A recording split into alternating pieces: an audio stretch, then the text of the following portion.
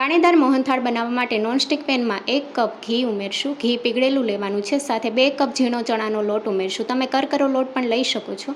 લોટને શેકી લઈશું. લોટને શેકતી વખતે ગેસની ફ્લેમ મીડિયમ ટુ લો રાખવાની છે. શરૂઆતમાં ચણાનો લોટ બધું ઘી એબ્સોર્બ કરી લેશે, પણ જેમ શેકાશે તેમ તેમાંથી ઘી રિલીઝ થતું લાગશે. 3 થી 4 મિનિટ જેવું થઈ ગયું છે અને લોટ પહેલાં કરતાં હલકો થઈ ગયો છે, તો આ સમયે 1 કપ મલાઈ ઉમેરીને લોટને સારી રીતે શેકી લઈશું.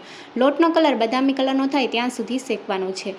લોટ પહેલાં કરતાં હલકો થઈ ગયો છે. હવે 3 ચમચી જેટલું દૂધ ઉમેરીને મિક્સ કરી લઈશું. દૂધ ઉમેરવાથી મોટી કણી તૈયાર થાય છે અને દાણેદાર મોહનથાળ તૈયાર થશે. ચણાનો લોટ સારી રીતે શેકાઈ ગયો છે અને કલર પણ ચેન્જ થઈ ગયો છે, તો હવે ગેસની ફ્લેમ બંધ કરી દઈશું.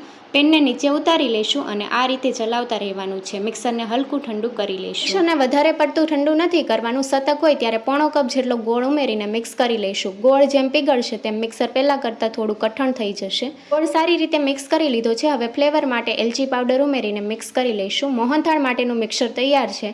પ્લેટને ઘીથી ગ્રીસ કરી લીધી છે અને મોહનથાળનું મિક્સર ઉમેરશું અને સારી રીતે સેટ કરી લઈશું. મોહનથાળને 2 કલાક માટે સેટ થવા દઈશું. 2 કલાક થઈ ગઈ છે અને મોહનથાળ સેટ પણ થઈ ગયો છે. હવે આ સમયે ચાંદીનું વરખ લગાવી દઈશું. તમે ડ્રાયફ્રૂટ પણ લગાવી શકો છો અને પીસ કરી લઈશું.